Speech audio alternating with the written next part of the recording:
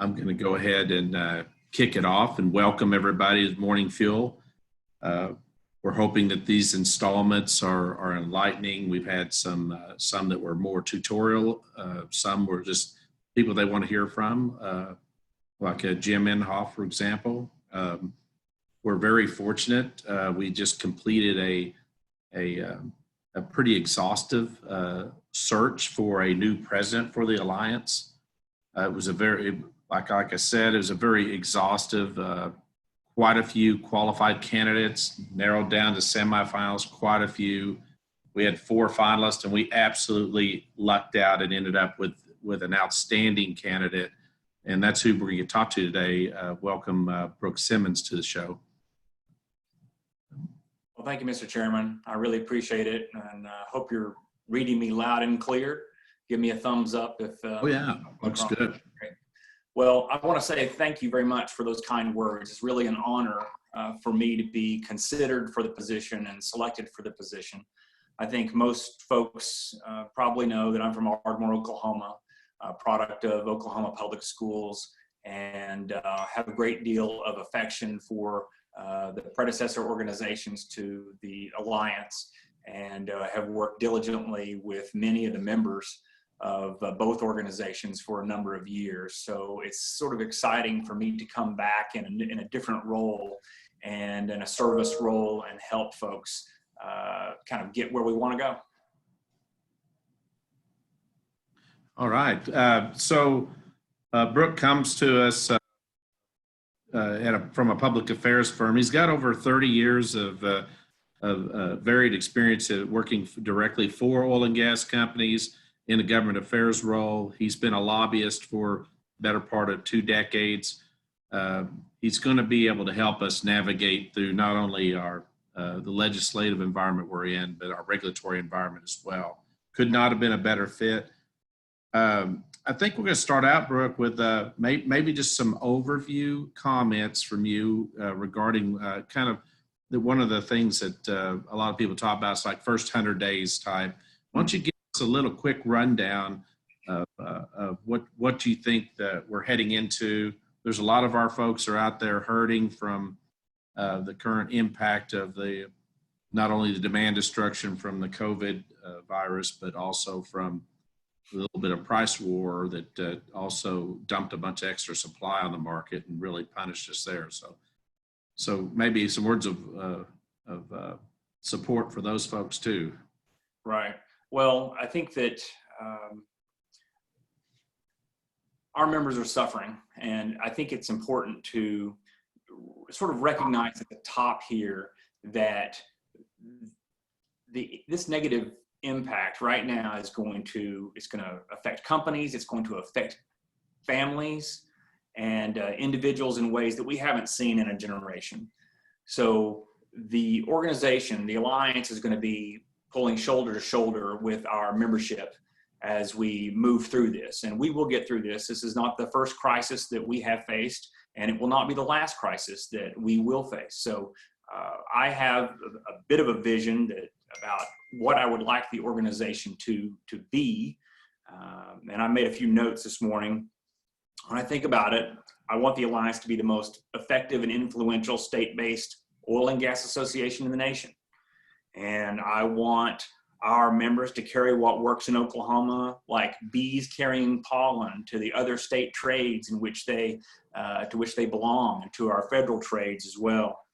And I want us to provide the kind of valuable services that our members can use. I want it to be so valuable that we seem like we're an extension of their operations, that we're an ally down the hall instead of a trade organization, stuck in the middle of downtown. Doesn't matter whether you're in Ardmore or Duncan or wherever you may be.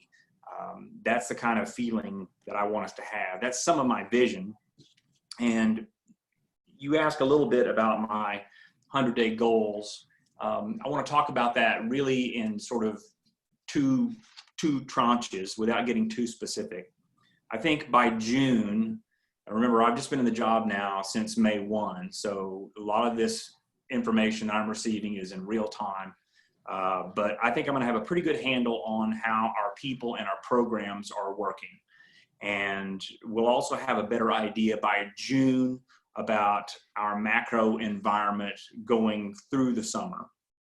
So as I think about my priorities, I mentioned this to the search committee when we did our interview. We are in an excellent financial position, but I've asked our team to provide some efficiency and savings recommendations to me by May 18. That's the week that I'll be there on the ground full time. And my first priority is going to be continued financial strength. If we need to capture additional savings, I want us to be prepared to capture those additional savings and efficiencies as an organization as quickly as is possible. And the second part of that I want to speak about generally is operational effectiveness. And that's not just what our members need right now, but what they're going to need in 2021 and 2022. And so we need to design our programs with a vision to the future, because we're going to emerge from this. It'll look different, but we are going to have to make certain that we remain in tune and focused on those things that provide our members the greatest value.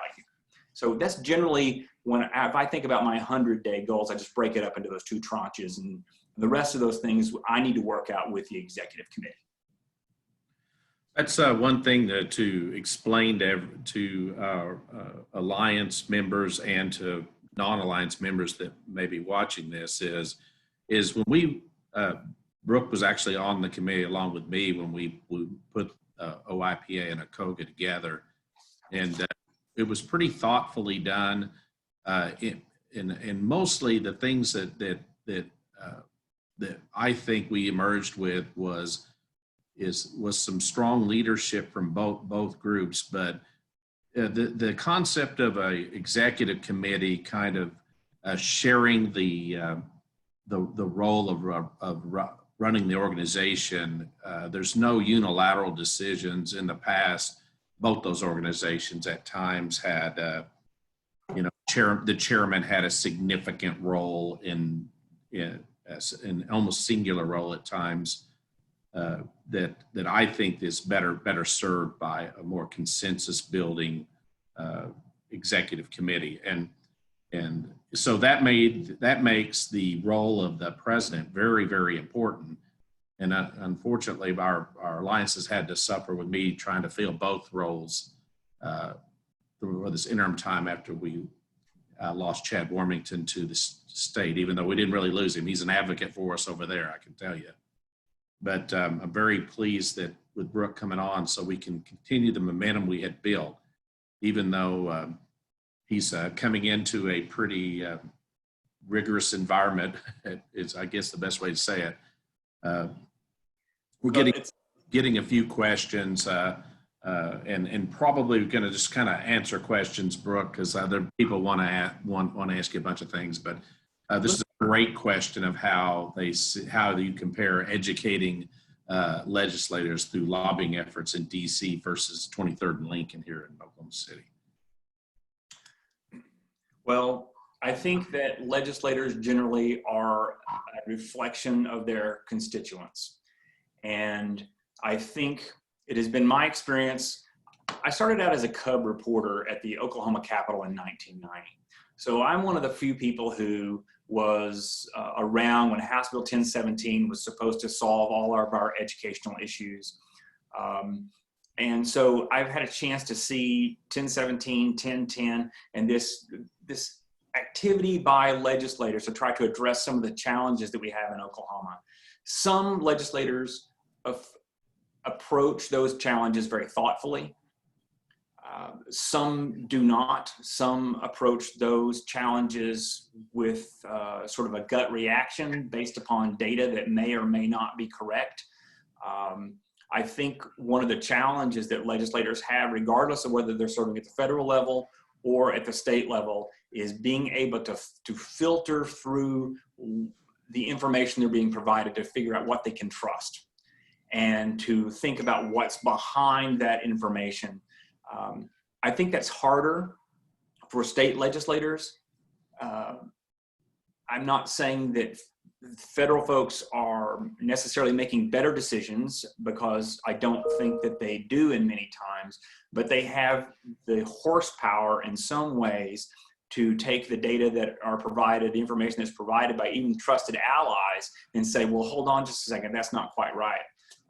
I'll give you an example on natural gas. There's a senator from Maryland who we frequently find ourselves as an industry on the opposite sides of the issue.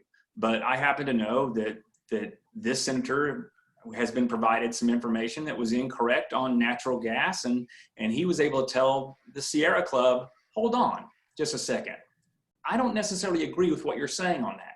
So that you can find pathways where we can get to folks who we may be in opposition on many things, but there are ways to thread that needle. There's a professionalism that helps federal legislators sometimes make good decisions, but certainly, as we've seen, not all the time.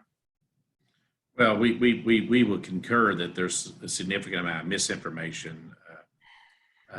Some of our competing that's taken market share from our natural gas here in Oklahoma has some of the rhetoric is inaccurate, and it's decisions are being made based upon, as you just indicated, sometimes are based upon basically not true. Right. And we've made some mistakes in public policy here in Oklahoma and damaged the oil and gas business, especially the natural gas producers. Mm-hmm. One of the things that I wanted to ask you about is I am a strong believer that this organization represents the entire energy value chain. Our service companies, yep, our midstream guys. No matter if you have, three wells that make 10 barrels, or whether or not you make, tens of thousands of barrels. That's another element of the alliance. Is it's one company, one vote, which I thought was a fantastic construct. And talk about we have another organization in our state that we have many friends there that we think they belong with us in one voice. Talk about how you see that the other guys that aren't even in an association, or how would you convince them that we're the place they need to be? Well, I think some of our friends who were longtime members of the predecessor organization at OIPA probably are more in tune with the alliance as it exists today than they are at the organization that they're with right now. Now, I don't want to get into a back and forth, one organization versus another. But what I want to try to do is I want to make certain that those smaller companies and with whom we have worked in the past know what we're doing and understand how we are communicating and how we are working on their behalf, even if they're not in the organization right now. So that at some point, if they choose to engage with us, we can have a constructive dialogue. If they at some point decide that they want to come home to the alliance, we'd welcome that. But I'm not going to get into a back and forth with another organization, its leadership, or anything like that. We will have policy differences that will be clear, and we will have the ability to provide certain services that will be different and unique. And I just hope, on balance, as the industry writ large in Oklahoma looks at the alliance and understands the two organizations that we have merged together that create the type of opportunities for folks who want to invest capital in Oklahoma, that they have an ally with us, that we're there for them. And we would look forward to working with folks of every size. It doesn't matter whether you're a company with 11 employees or 1,100 employees. I think we can find things that that we can be helpful on. Well, it's definitely, we feel like with over 1,300 companies, and our companies represent roughly about 80% of the oil produced in the state and about 75% of the gas. There's a lot of discussion about, there's definitely very few divisive issues that between the two organizations, and I'm not going to tell you or tell anybody that's participating today that we agree 100% on everything. That's not, that association's going to do its best to represent the greater good, the greater whole, but that does not mean that everybody always agrees. And I think that's a little bit what we have going on with the other outfit. And I like how you worded it, coming home. They're friends of ours. Some of them are 30-year friends. And I think they belong in this organization. And I'm very excited that you feel the same way about Brooke. So pivoting a little bit, we're getting a few questions still on the chat here. Somebody has asked, how do you see the Alliance role at the Corporation Commission? Obviously, the Corporation Commission regulates all aspects of oil and gas here in the state, but how do you see that? Well, we're going to be active there. I think that we have a good presence there now, not only with Bud Ground, who is helping the Alliance make certain that its position is represented there, but also our membership. I know several members are very active at the commission and do a very good job of expressing their thoughts and view on decisions that not just impact their company, but on the membership as a whole. So we're going to be very engaged with the Corporation Commission. The commissioners work very diligently to make certain that they put in place the right kind of regulatory structure for Oklahoma.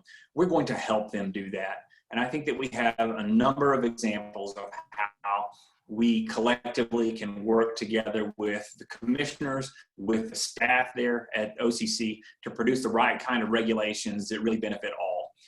Without it becoming so cumbersome that they are a disincentive to invest capital in Oklahoma. And that's that fine, that balancing point that we all have to kind of find when it comes to regulatory certainty. Because as members know, it doesn't matter if you're a big company or a small company, when you place a burden on an operator that he or she can't carry as a CEO, then you have to make up for that somehow, and then things get unwieldy. So we want to encourage the right kind of behaviors without the regulatory structure becoming so burdensome that it has a negative impact. Well, our governor, Kevin Stitt, is calling for roughly 25% reduction in regulations in the state, kind of in lockstep with President Trump's efforts. How can we, one of the things I think that the commission generally does pretty well is kind of, you hear this term a lot now, the do no harm. They rarely, will take up something that will do harm. And I was telling somebody this week that I think this entire era is going to be called the era of unintended consequences. Mm-hmm.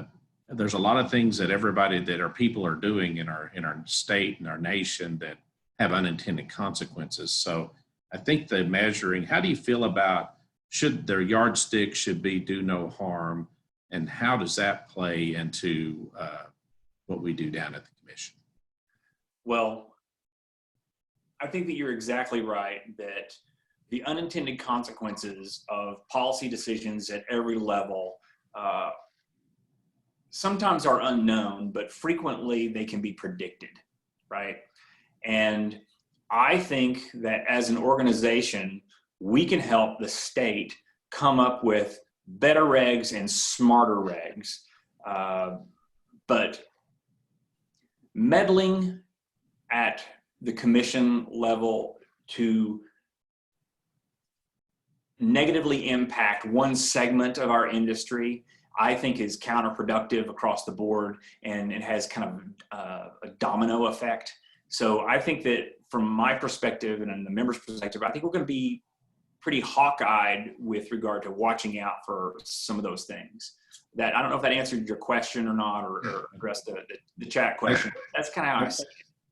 I think that is exactly what happens is something gets some legs, whether it be a regulation or whether it be some legislation that an opposing position pushes an opposite, maybe overboard opposite position, just to get them to kind of knock each other out. It happens a lot. There's no end to bad ideas, right? Yeah, it's very effective, that's for sure. There were some questions, and this is a really good observation that no matter what happens, we're still having an election in November. Mm-hmm. There's how do alliance members and potential alliance members help get, in our opinion, the right people for our state and the right people for our industry in office? How can they help? Well, one, they have to participate in the process. So you participate not only with your vote, but you also participate with your dollars. And as we know, political speech is an incredibly important thing, and political speech costs money. So as an organization, we are going to be focused on candidates who are in tune with the needs of our members. And we are going to be coming up with criteria that will help us measure and justify the expenditure of our PAC dollars, certainly in those races. I think, broadly speaking, if you think about the federal level, we're about to move into a position right now based upon polling data. It's pretty nasty for Republicans, and I can give you a number of examples of that if you would like to talk about it. But there are going to be some key states where we're going to have to defend U.S. senators and make certain that Republicans hold the Senate. I think that if you have an environment where Democrats control both the House and the Senate in 2021, then there are going to be plenty of opportunities for mischief, and it's going to create incredible difficulties for our members.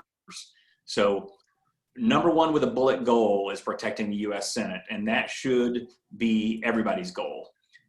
At some point in the very near future, we'll talk about some specific races if members are interested in being helpful on that front. But at the state level as well, just because you have an R after your name does not mean that you are adopting the right kind of policies for our industry. And we've had plenty of examples of folks who are Republicans but have a different view of what that means. And in some cases, it's absolutely 100% counterproductive to creating the right kind of climate in Oklahoma. So we'll unpack that a little bit more, but let's just say that I believe in metrics. I believe in yardsticks for folks, and we're going to have some metrics for folks that this is what we believe, and where do you measure up in that? We want to make certain we're aligned, because if we're not, it's going to be hard to justify helping people.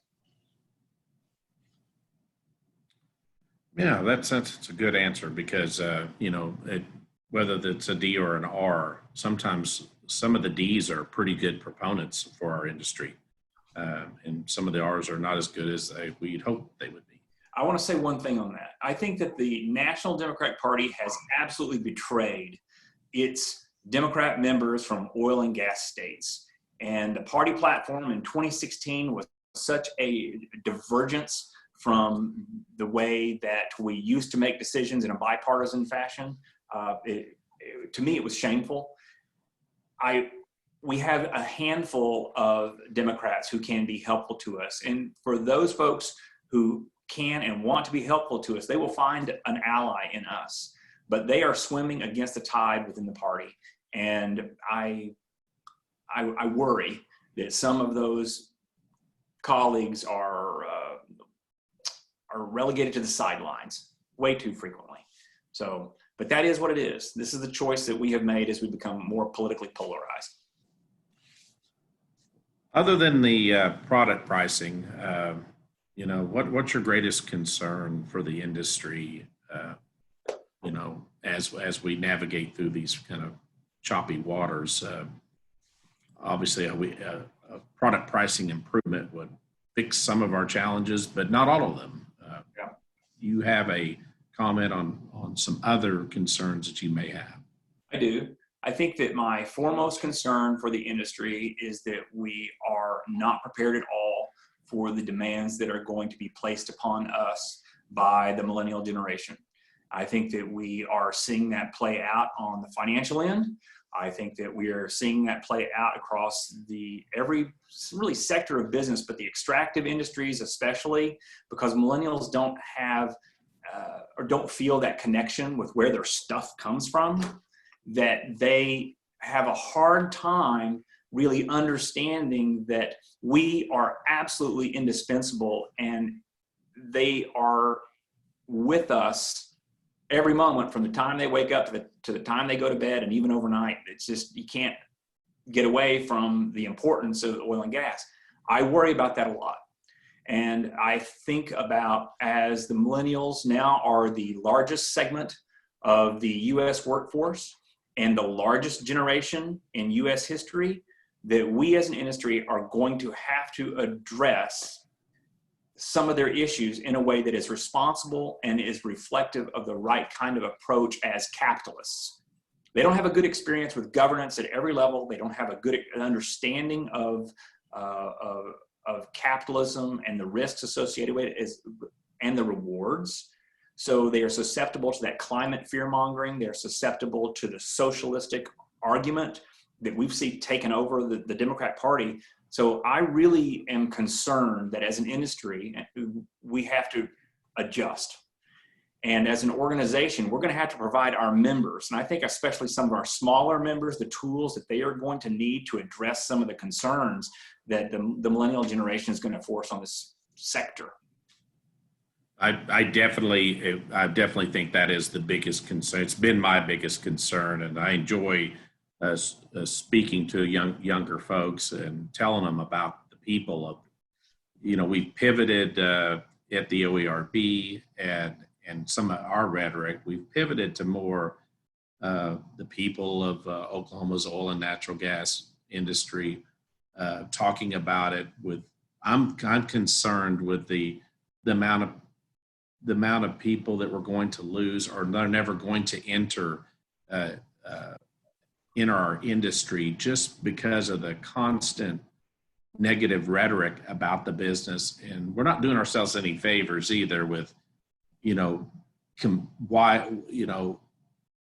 we went from being a gentle laminar cyclical commodity to mode compression and amplitudes of high and lows, just where it's just a whipsaw all the time. And right now, that group that you discussed and the next entering generation behind them, they've never had this kind of adversity, and they're getting a good taste of it right now. And when they still are young enough to change careers, not that any of us can't change a career at any age, but it concerns me. And I think we have to stay very positive.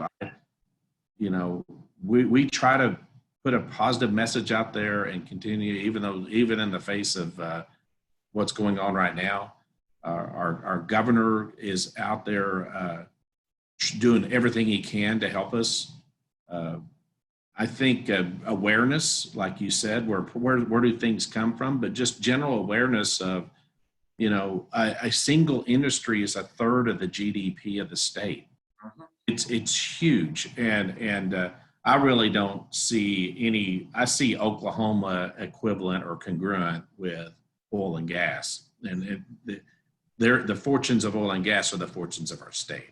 And if you unpack that further, if you take a look at the data and go to the treasurer's reports, you understand that the revenue generated in our industry and the jobs that are generated in our industry affects every other in the state. And it doesn't matter what other sector you're classified as a NAICS code.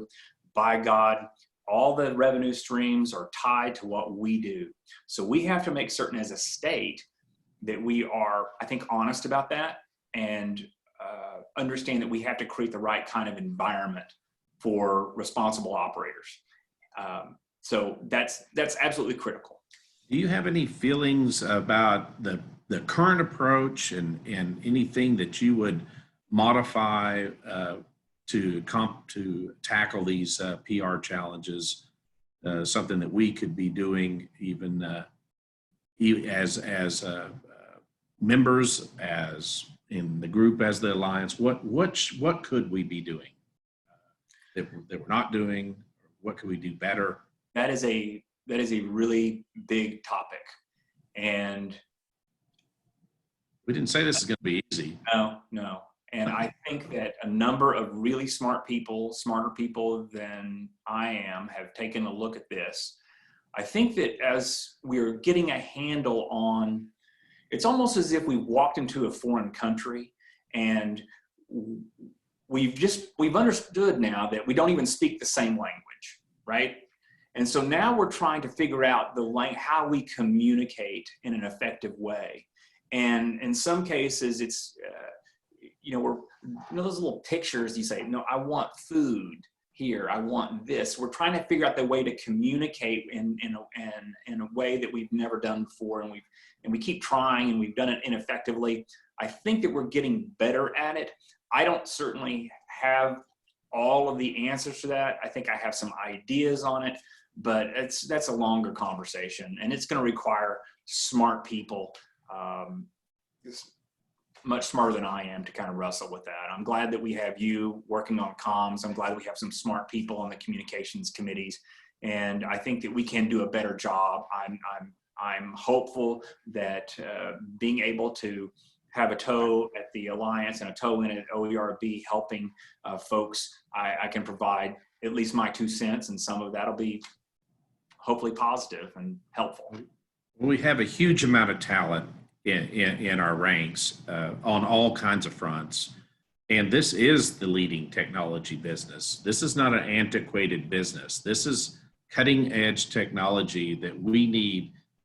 We need smart, cutting edge people to be interested and get associated with it, because I know very few people that have ever been in the oil business that didn't want to be in the oil business after being in it, regardless of adversity. And resilient Oklahomans, just in general, Dust Bowl tough, and the oil and gas guys and gals are equally as tough. So it's kind of a melding of some of the most gracious, wonderful, and people that are just awesome, and they just don't quit. And so that's our true strength is, and our strength is also in our numbers. One of the things you alluded to a minute ago that I think bears discussion is the manner we set up our committees, and the quality people that we put on task force and committees to solve problems. Though that translates, that is a go-to place if you're having a problem, regardless of the size of your company.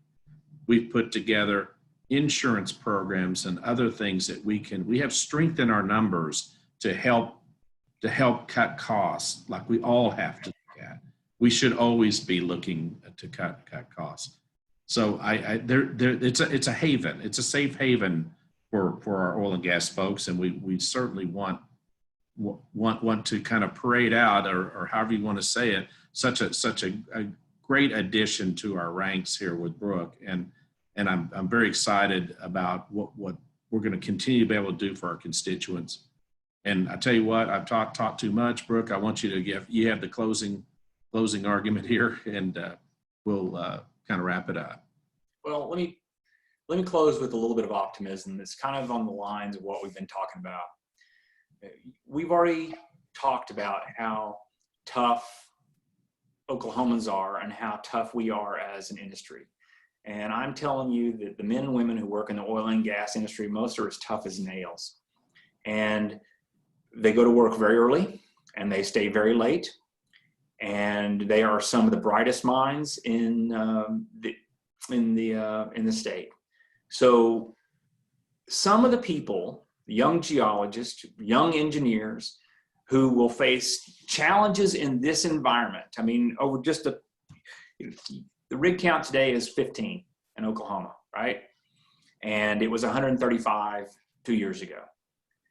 Some of those people will come up with new solutions that take us on this next leg of our growth. This time is a wonderful time to focus people on what matters, to look at the future, and to think about how we get from this place to the next place we're going. And it is those young minds, as well as the grizzled veterans, who are going to come up with solutions that we couldn't even imagine 5 years ago. And that is exciting. We have to prepare ourselves to embrace that and think about what our members are going to need and want. I use this analogy a lot, but the ship that got us here is not going to get us to the next destination, and we're going to build that together. So that's how I see it, and this is an exciting time to be in the industry. And we're in the dark of the dark, but we're going to get through this. Well, outstanding, guys. Appreciate everybody getting on today. We are still working out some scheduling kinks for the next webinar and Morning Fuel next. Get that out there pretty soon. Of course, this was recorded and will be out there, so you can dwell on some of Brooke's comments. Appreciate it. Thanks, everybody. I hope to see you guys next week. And Brooke, thank you. Thank you. Look forward to working with everybody.